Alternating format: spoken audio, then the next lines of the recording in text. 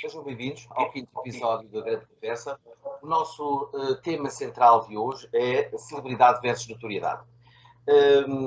Vamos começar, como sempre, pelo primeiro bloco, que é a atualidade.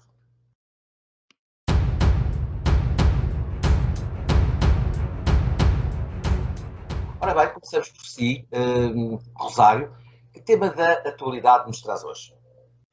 Olha, vou trazer um tema que tem a ver com o tema que nós escolhemos e mais concretamente aquele espetáculo triste que houve esta semana da agressão do jornalista da TVI por um empresário do futebol. Eu achei aquilo obviamente deplorável, como toda a gente, mas de qualquer maneira levanta-se uma questão que não deixa de ser pertinente. E a questão é: qual é a fronteira de uma figura pública para poder ter que ser permanentemente filmada?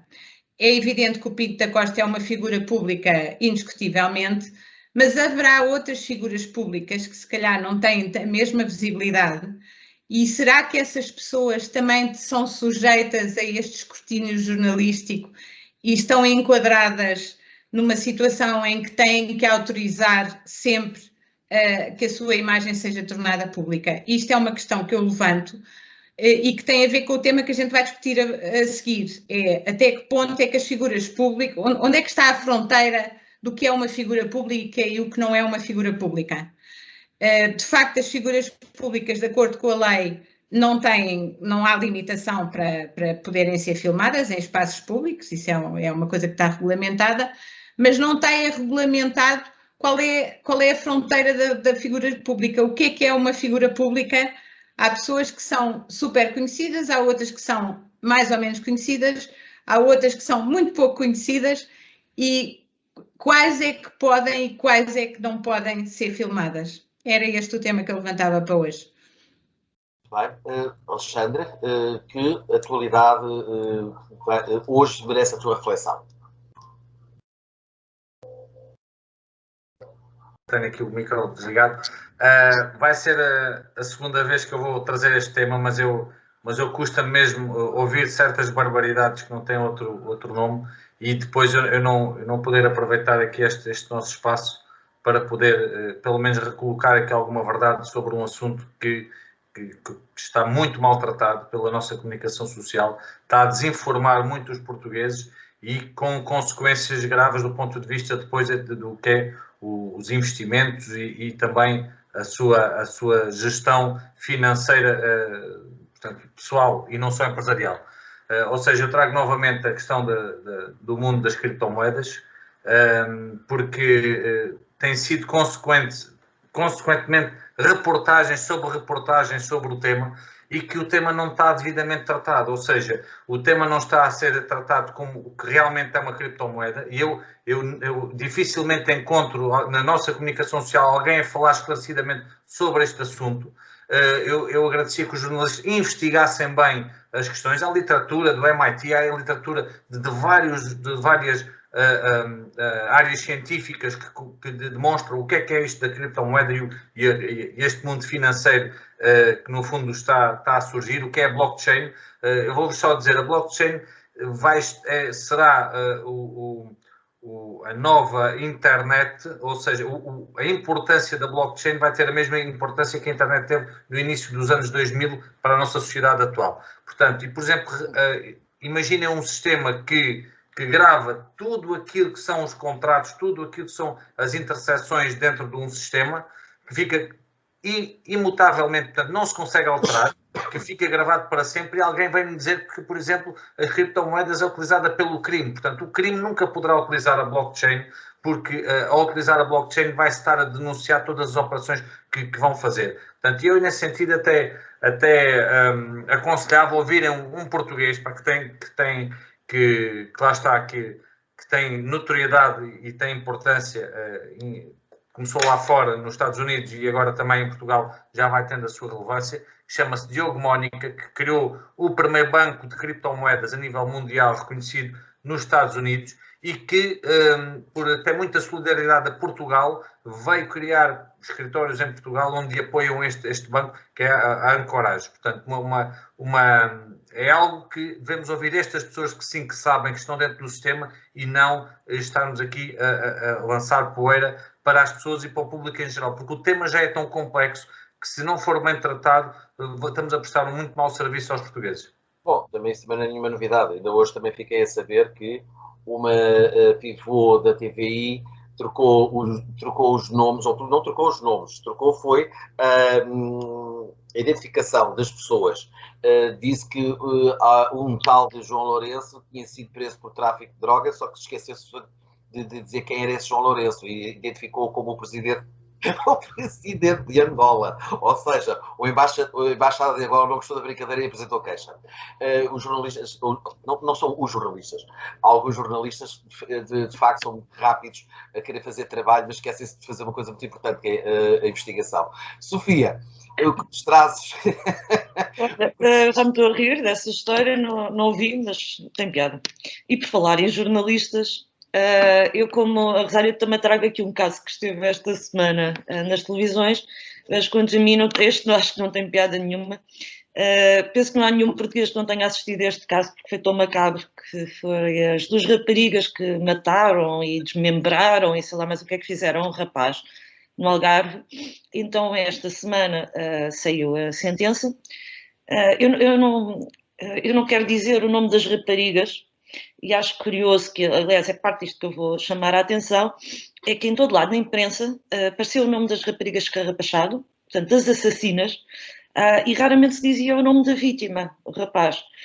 E houve quase uma glorificação das assassinas. E o cúmulo dos cúmulos disto foi uma cadeia de televisão que decidiu entrevistar, portanto elas tiveram duas penas diferentes, não é? Uma levou o máximo de 25 anos, a outra 4 anos efetivos, mas saiu em liberdade.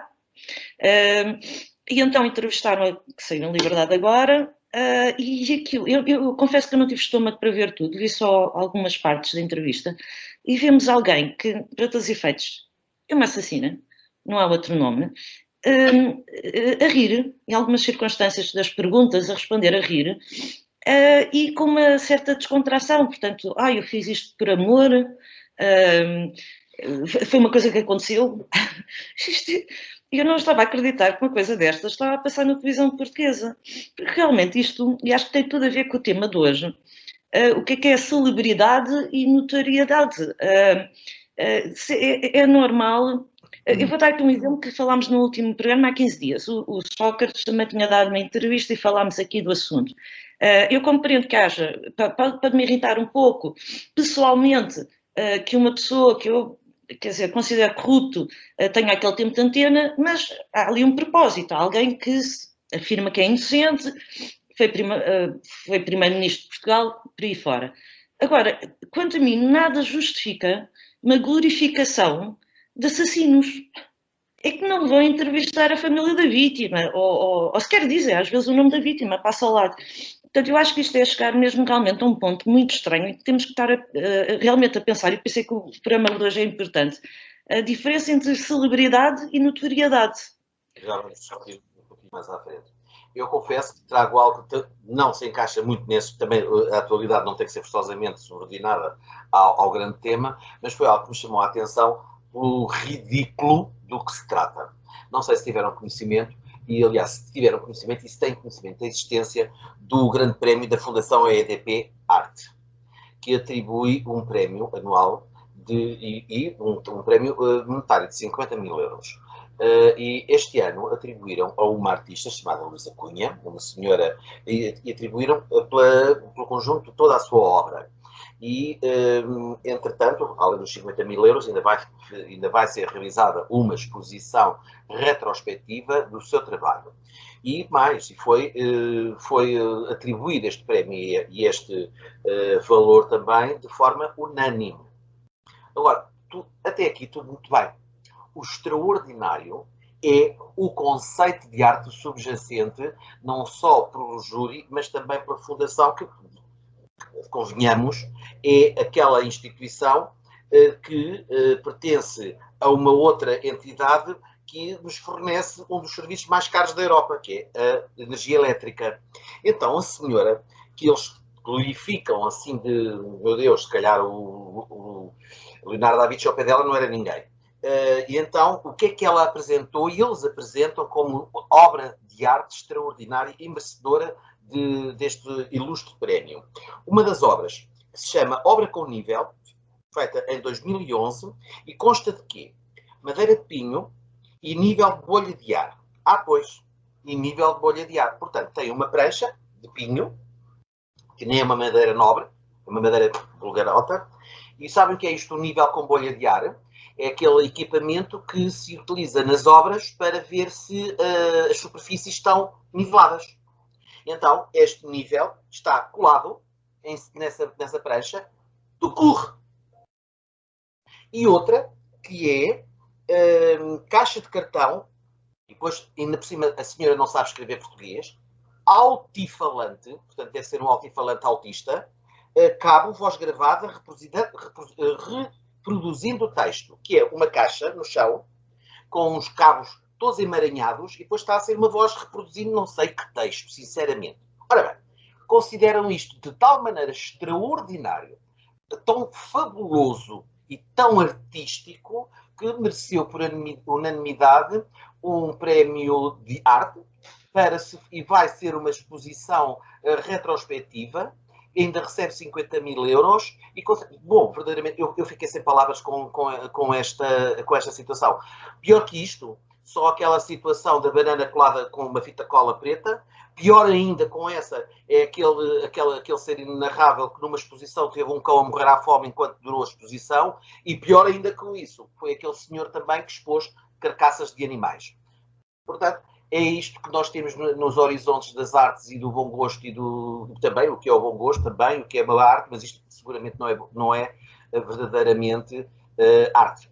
Eu até sugeri também que no próximo ano vou concorrer, e então já apresentei para que eles se vão habituando à ideia, buscar uma imagem de um martelo normalíssimo e também plano uma prancha branca. Só que disse que era uma madeira um pouquinho melhor que pinho. Pinho é muito vulgarote. Então espero também ganhar esse prémio e esse valor. Portanto, assim vai a arte em Portugal por uma fundação multimilionária que ainda por cima que vangloria esta situação artística em Portugal. Mas deixando estas situações que verdadeiramente são, no mínimo, caricatas, para não dizerem ridículas, vamos então passar ao próximo episódio, ao próximo segmento do programa, que é o grande tema, que é a celebridade versus notoriedade.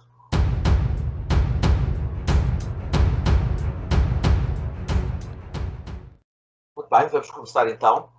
Sofia, celebridade versus notoriedade. Antes de mais, são coisas que podem criar aqui umas certas confusões na percepção geral do público ou dos públicos, não é? Até porque também deve ter que ver com o nível cultural, ou das culturas, ou das tradições, ou dos objetivos, da longevidade, etc, etc. O que te ocorre?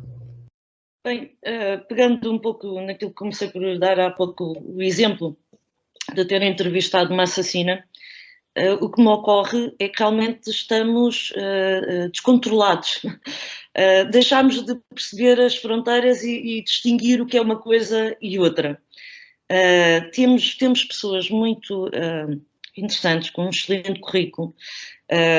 Temos, inclusive nas artes, pegando agora no tema do Prémio EDP, temos em todas as áreas pessoas muito boas em Portugal, mas que raramente ouvimos falar, ou pelo menos não tem nem um décimo de destaque que esta loucura que atravessa Portugal tem. Isto sucede-se os episódios. Eu também vi o caso que a Rosário trouxe hoje, do jornalista da TV que foi agredido, e vi as imagens, e tenho uma certa dificuldade, portanto, na senda daquilo que eu estou a dizer.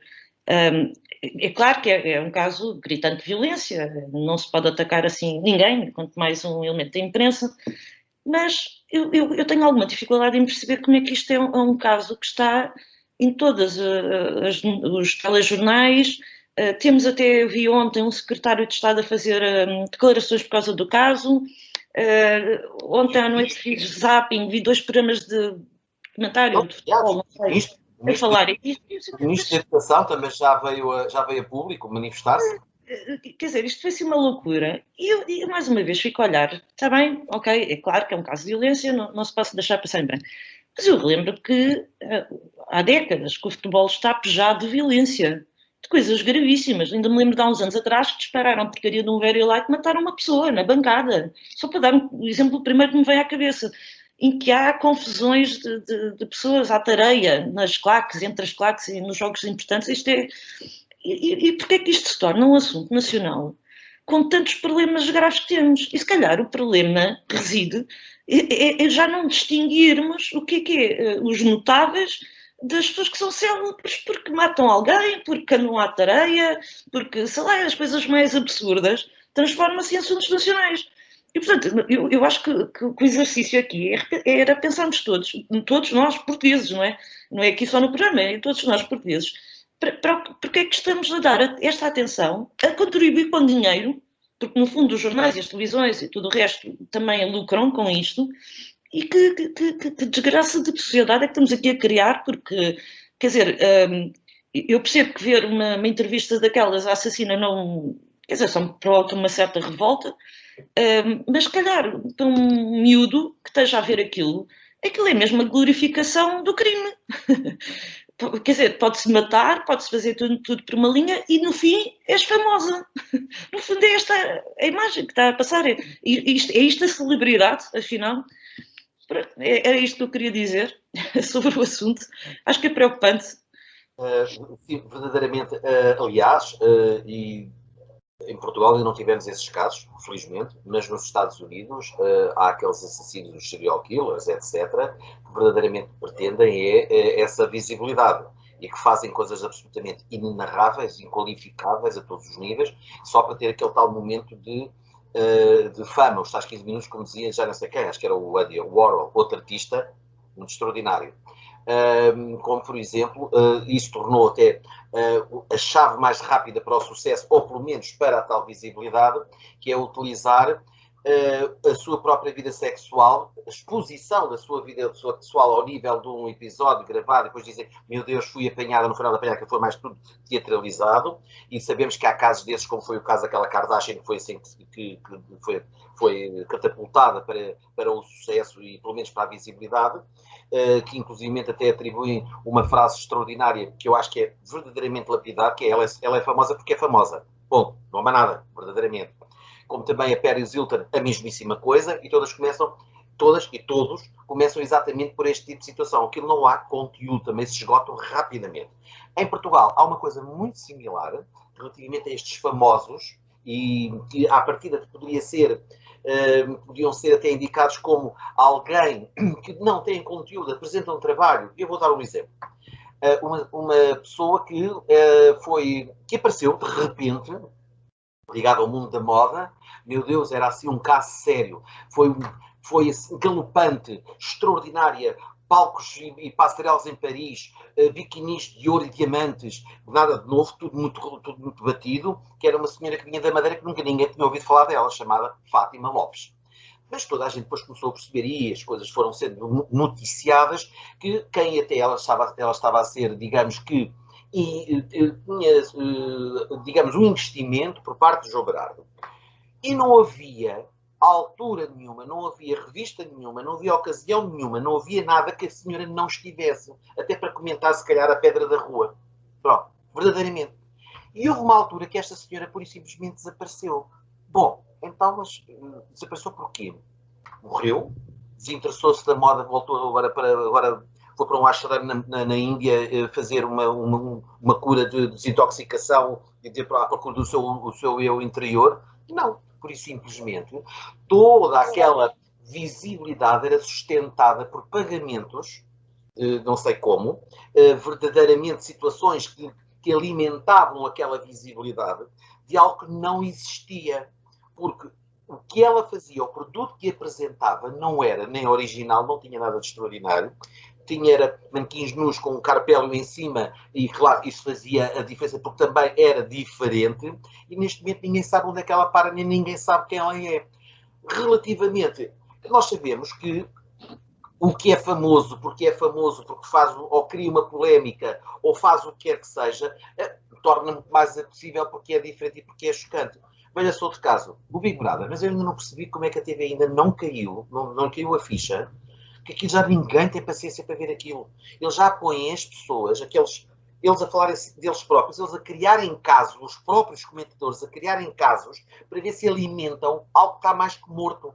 Eles estão mortos todos cerebralmente, já nem respiram, ainda não, mas só falta é desligar-lhes mesmo a máquina.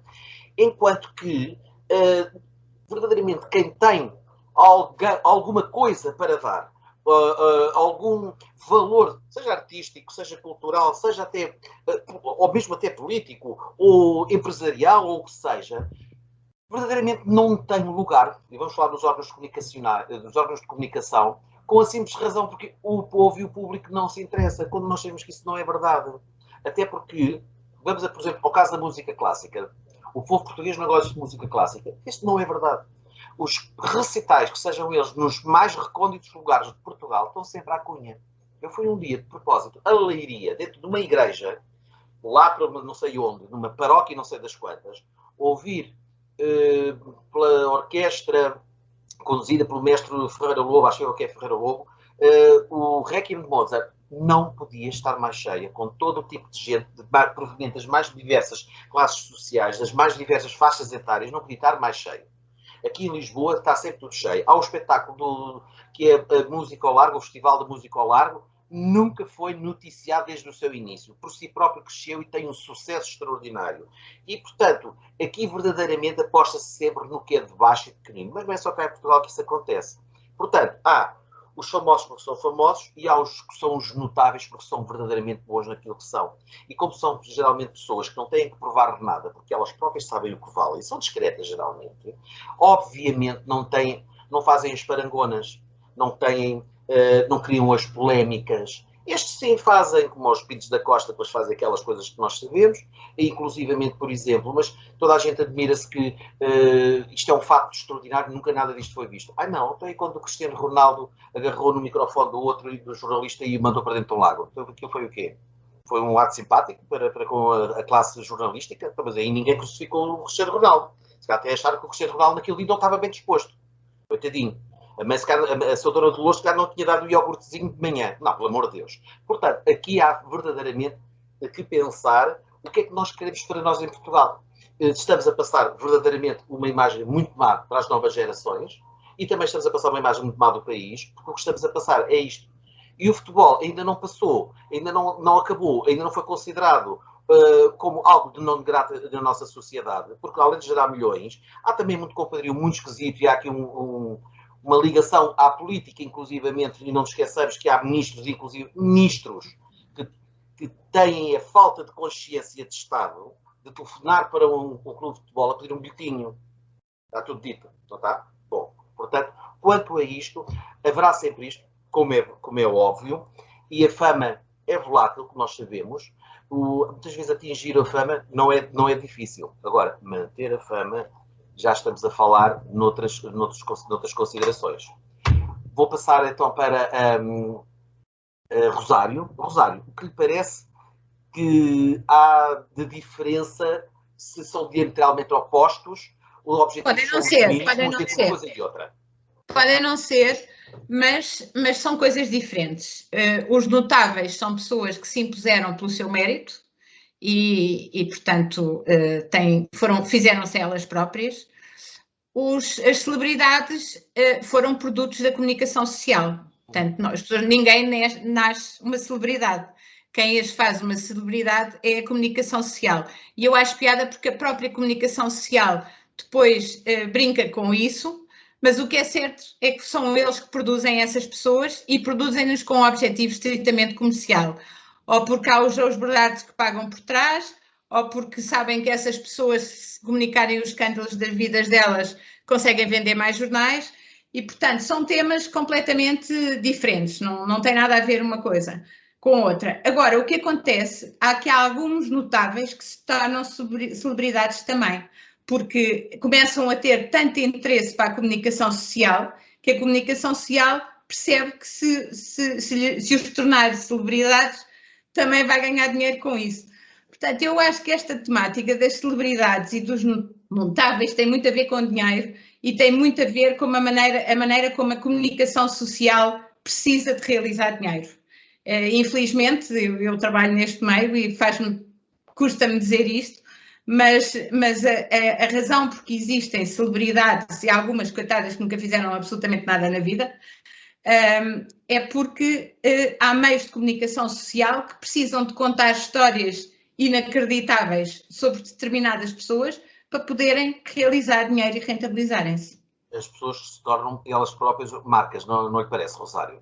Elas próprias tornam-se produtos. Sim, eu acho mais produtos do que marcas, porque eu acho que essas pessoas muitas vezes nem têm a noção que são usadas, e elas depois entram numa engrenagem tal que nem percebem que elas estão a ser usadas por uma máquina para se realizar dinheiro. Aliás, isso viu-se e até se debateu em vários fóruns, mesmo na própria televisão, com aquela... Era uma personagem, que ela tornou-se uma personagem, que era aquele Zé Maria, do primeiro Big Brother, por exemplo. Sim, exatamente. Por exemplo, não é? É um produto da comunicação social, não é? Zé Maria, e depois é assim, e aparecem e desaparecem como o João Micael disse, depois de repente a comunicação social chega à conclusão que já não ganha dinheiro com eles, ou porque já não lhe interessa ganhar dinheiro com eles, abandonam-os e eles de repente deixaram de existir. E há pessoas que até têm depressões por causa disso, não é? Há quem diga, inclusivamente, que há uma espécie de bolsa dessas celebridades que tem um valor efetivo. Que há uns que atingem não sei que valores e que é por isso mesmo que são, etc. Porque não cabe, para mim é um mistério, garanto-vos, como é que a mãe de um jogador de futebol, que não se distingue por zero, nada, de repente está a fazer anúncios, é completamente falada e utilizada em programas de televisão e é utilizada como lá está, como um produto. Porquê? Porque é mãe de um jogador de futebol. Bom, aqui está. É mais daqueles mistérios que verdadeiramente são incompreensíveis. Alexandre, que te só dizer sobre tal. Eu tenho aqui uma opinião um bocadinho diferente. Pelo seguinte, porque nós estamos a dar aqui primeiro, antes de tudo, como vocês disseram e bem, pode haver famosos que sejam pessoas importantes, pode haver famosos que não tenham importância nenhuma, pode haver pessoas importantes que não são famosas. Portanto, e isso, a importância é algo que é subjetivo, porque depende daquilo que é o importante para cada um de nós. Portanto, e é na centralidade do indivíduo que eu coloco isto e não na centralidade da comunicação social. Porque, ou seja, e eu vou dar um exemplo muito prático, que neste momento a comunicação social nas faixas mais novas tem muito pouca penetração, porque cada indivíduo, cada pessoa, neste momento, e quanto mais jovem, ainda mais autonomia tem, porque não está formatado, eles procuram informação, eles procuram onde querem ver, eles procuram quem querem ver. O que nem significa que às vezes até sigam pessoas que são importantes e que sejam, portanto, são famosas, mas que também não são importantes. Mas, por exemplo, eles próprios dizem qual é o youtuber que querem seguir, qual é o Instagram que querem seguir. Isto não tem nada a ver com comunicação social. Reparem que a comunicação social aqui está... Youtuber.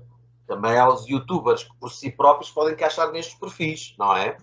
Não, e os Instagrams, portanto, e não são pessoas que são promovidas pela comunicação social, têm outros canais de promoção. Portanto, parece-me a mim que a centralidade deve estar no indivíduo e na pessoa, porque somos nós é que validamos estas histórias todas que nós às vezes aqui contamos. E eu garanto-vos, porque assim, eu vejo muito pouca televisão, mas mesmo muito pouca, por opção. Não me revejo, não identifico, não me acrescenta valor, e como não me acrescenta valor, eu tenho o poder de desligar e de não ligar. Não. Portanto, essas histórias, às vezes que nós até contamos aqui, por exemplo, esta história que contámos destas duas, eu nem sei o que é que foi. Portanto, não sei, nem me interessa saber, nem vou procurar agora a seguir para saber quem é que eram as senhoras, porque é assim, porque não me estão a alimentar aquilo que eu quero de informação. Praticamente o que é que eu faço? Vou à internet, procuro aquilo que eu quero da minha informação, aquilo que me interessa e aquilo que me acrescenta valor. E a comunicação social ainda não entendeu isso.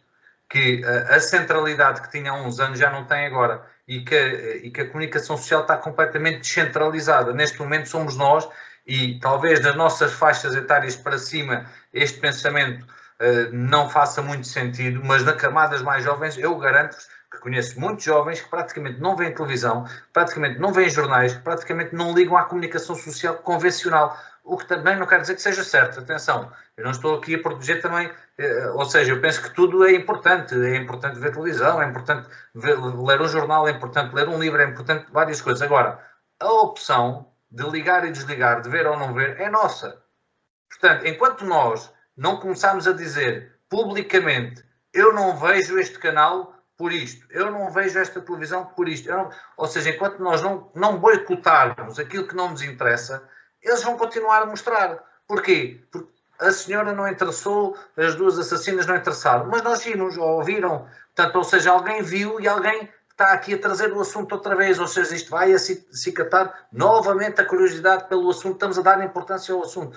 Portanto, eu parece-me que devemos centralizar um pouco no nosso poder e não, se calhar, responsabilizar tanto a comunicação social, porque a comunicação social, infelizmente, é o fruto daquilo que nós somos. E a maioria dos portugueses gosta destas coisas assim. Portanto, e eu penso que aí era haver uma introspeção nossa e nós ganhamos novamente o poder de seguir aquilo que queremos, de ler aquilo que queremos e não estarmos constantemente a ser influenciados por aquilo que vemos. Portanto, é essa a mensagem que eu gostava. Nós cada vez temos mais autonomia e poder. Não temos que estar a ser, no fundo, intoxicados ou mais infoxicados por outros órgãos. Alexandre, mas nós, de qualquer maneira, também somos influenciados pelos outros meios, não só os órgãos de comunicação social. E mesmo, e pior ainda, não sei se é pior ainda, as redes sociais vieram trazer uma arma extraordinária, que inclusivamente é demonizada já pelos meios políticos. E o Presidente da Assembleia da República até diz que é o esgoto a céu aberto, pois, porque ele teme muito, não é? E inclusivamente também os próprios órgãos de comunicação social também, porque têm ali um meio em que sabem que é um concorrente direto, mas também as influências estão lá todas. Agora, uma coisa é certa, também há, tal como na comunicação social, também há o condicionamento, há a desinformação e por aí fora, também existe nas redes sociais. Mas... Olha, João Miquel, eu ainda vou... Deixa-me só porque isto tem a ver com o que tu estás a dizer. A comunicação social não é o nosso espelho. E eu vou-te dar um exemplo, e foi comigo que aconteceu. Um dia fui convidado para um programa, que não vou mencionar nem canal, nem programa, nem o que é que seja, em que eu estava como convidado numa rubrica em que eu iria ser...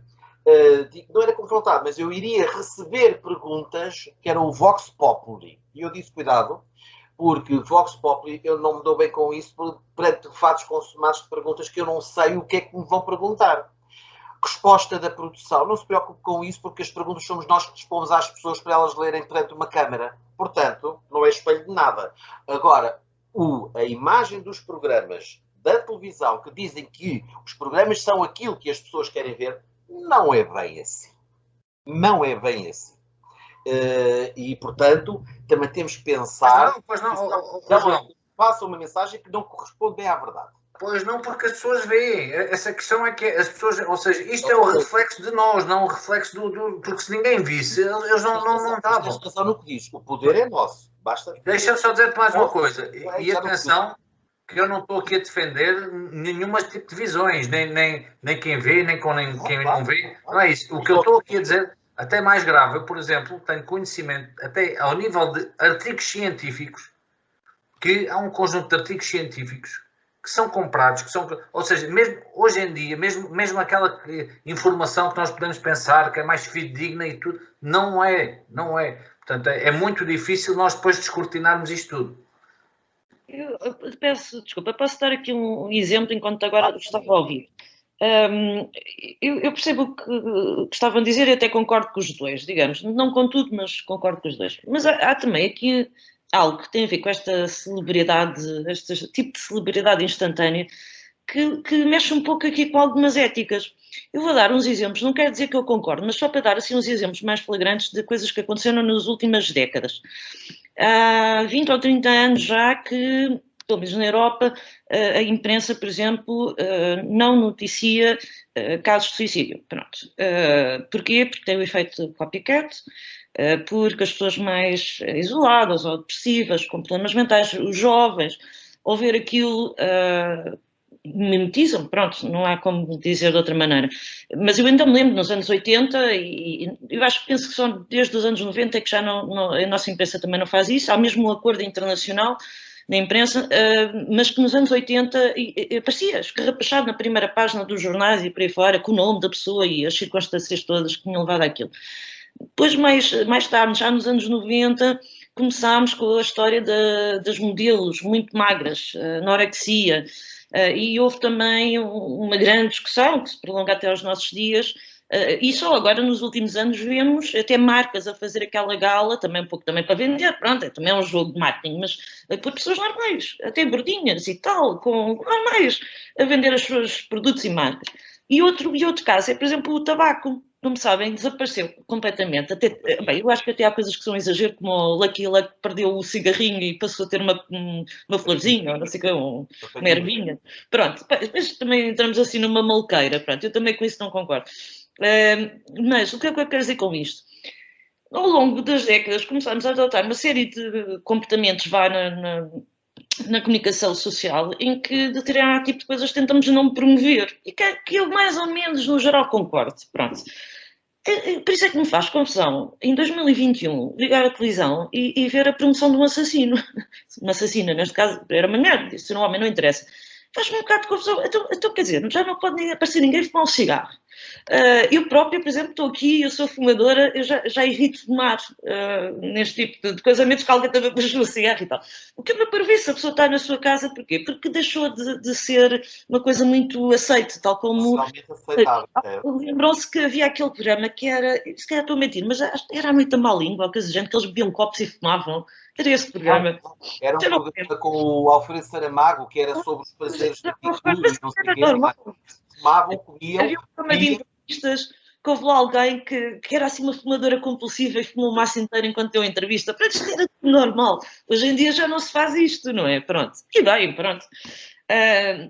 Mas porquê? Que algumas coisas todos nós concordamos e compreendemos que assim seja, e depois outras é um disparate total. Eu tenho na família crianças pequenas, não é? Com 12 anos, 9 anos. O que é que aquelas crianças vão perceber ao ver uma coisa destas na televisão? Que pode ser célebre a fazer as coisas mais horrendas. Isto não haveria aqui um lado também ético? Não é só... Eles colocam... Sofia, tu lembras-te para mim... Mas... Vocês recordam-se para mim de um caso ainda mais horripilento, que foi um acidente que existiu aqui há poucos anos na Costa da Caparica, que uma avioneta teve que aterrar de emergência e que depois vão entrevistar o pai da miúda que tinha morrido ali há minutos, e aquilo é assim uma coisa que... Surreal. Pior, estão recordados de uma jornalista, Judite Souza, a quando dos incêndios, com um corpo carbonizado profundo, e ela a fazer um direto? Lembro, também estão me lembro. Recordados? Foram momentos muito maus. Isto tudo. Este imediatismo, verdadeiramente, estas celebridades, isto não é uma celebridade de pessoa, é a celebridade, é o do momento, criar a notícia, de fazer, independentemente seja com pessoa, seja com uma situação, seja com um morto, inclusive, se bem que não estava coberto, obviamente, mas não importa. Há toda uma moral, toda uma ética, há toda uma decência que tem que estar inerente, não é? Obviamente, como aquela famosa fotografia da criança que vinha num barco, não é? E deu o bebê, que deu à praia, não é? Enfim, há todas estas coisas que são absolutamente moralmente, socialmente, eticamente reprováveis, e é uma coisa que não há descrição. Meus caros, entretanto, lamento muito, mas a nossa conversa tem que chegar ao fim. Se cá temos que fazer a celebridade versus notoriedade, parte 2. Temos que fazer mais um tema que tínhamos de estar aqui a falar. Não esgota, garanto, não esgota. Há muito mais temáticas e daquelas que não lembra a ninguém, mas vamos passar para o último segmento, que é o último minuto.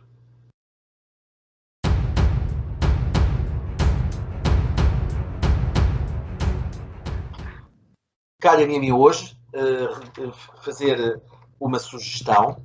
Hoje vou buscar a música e vou sugerir a audição de um compositor português do século XVIII que compôs um requiem a Camões, que foi extraordinário. Descobri isto há um tempo e estou a usá-lo inclusivamente para tornar-se digamos, banda sonora de algumas iniciativas da Matriz Portuguesa e mesmo do canal da Matriz Portuguesa, que é absolutamente extraordinário, recomendo. É o João Domingos de Bom Tempo, foi, digamos, apadrinhado pelos nossos reis da altura, pelo Dom João VI, pela Dona Maria. Este Requiem, que é o Requiem Op 23 à memória de Camões, foi uma composição que foi iniciada eventualmente em Lisboa em 1817, mas foi terminada em Paris. E, entretanto, esta foi a sua primeira audição, não foi em Portugal, foi em Londres, porque estou a recordar que nesta altura foi um bocado complicado, porque nem estava cá a nossa família real, tinha fugido para o Brasil, depois das invasões francesas, aquela confusão toda, mas vale mesmo a pena ouvir o Requiem à memória de Camões, de João Domingos Bom Tempo. Foi um gosto imenso falar outra vez convosco esta grande conversa. Esta foi animada sobre os famosos, os célebres, aqueles que se põem bicos de pés e que são fantásticos, mas eu não resisto a deixar uma frase extraordinária do professor António Gentil Martins. Um dia, num evento da Matriz Portuguesa, e que ele era meu convidado de honra, ele estava sentado na última fila do auditório. E disse ao professor: mas porquê que está aqui nesta última cadeira quando o professor tem que estar ali à frente, que é o meu convidado de honra? Ele disse: deixe-me dizer-te uma coisa, preferi ser levantado para ir para a frente do que ser levantado para ir para trás. Com isto está tudo. Caríssimos, deixo-vos um abraço, gostei imenso de falar convosco. Até ao próximo episódio, que não sabemos agora qual é a temática, e aguardem a nossa próxima grande conversa. Obrigado e até lá.